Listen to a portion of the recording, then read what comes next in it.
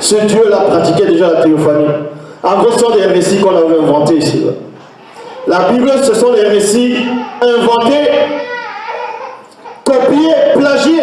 On a trafiqué l'histoire. Mais on a pris quelques récits, des copies de l'Afrique ancestrale.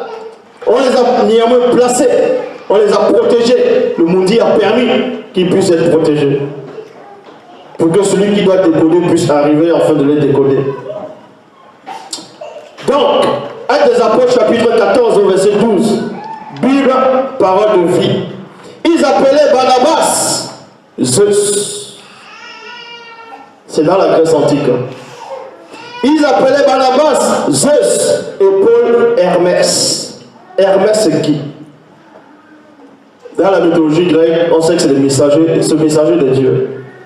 C'est à peu près l'un des seuls dieux qui était habilité à aller où il voulait. Il pouvait aller sur la terre, il pouvait aller en Olympe, un peu partout.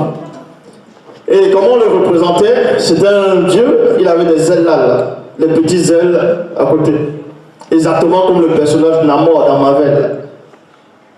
Donc, ils appelaient Barnabas Zeus et Paul Hermès. En effet, c'était Paul qui parlait. Vous voyez, Paul y parlait. C'est ça qu'on appelait Hermès. Parce que c'est Hermès qui apporte les messages de Dieu dans la Grèce antique. Donc vous voyez que ça sont des récits des païens. C'est pour ça que dans la même Bible, on dit que les Grecs sont les païens. Alors que les faux juifs, les faux dieux déjà faisaient déjà la notion de la théophanie. Donc c'est les mêmes personnages.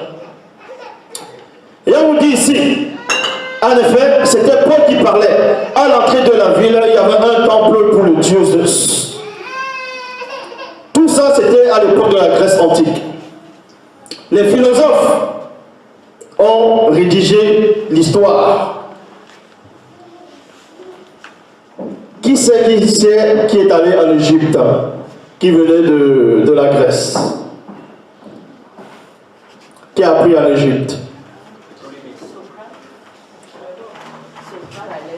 Donc, ils sont allés en Afrique, ils ont pris les non-initiés, les ont initiés, ils sont venus trafiquer l'histoire, ils ont tout chamboulé.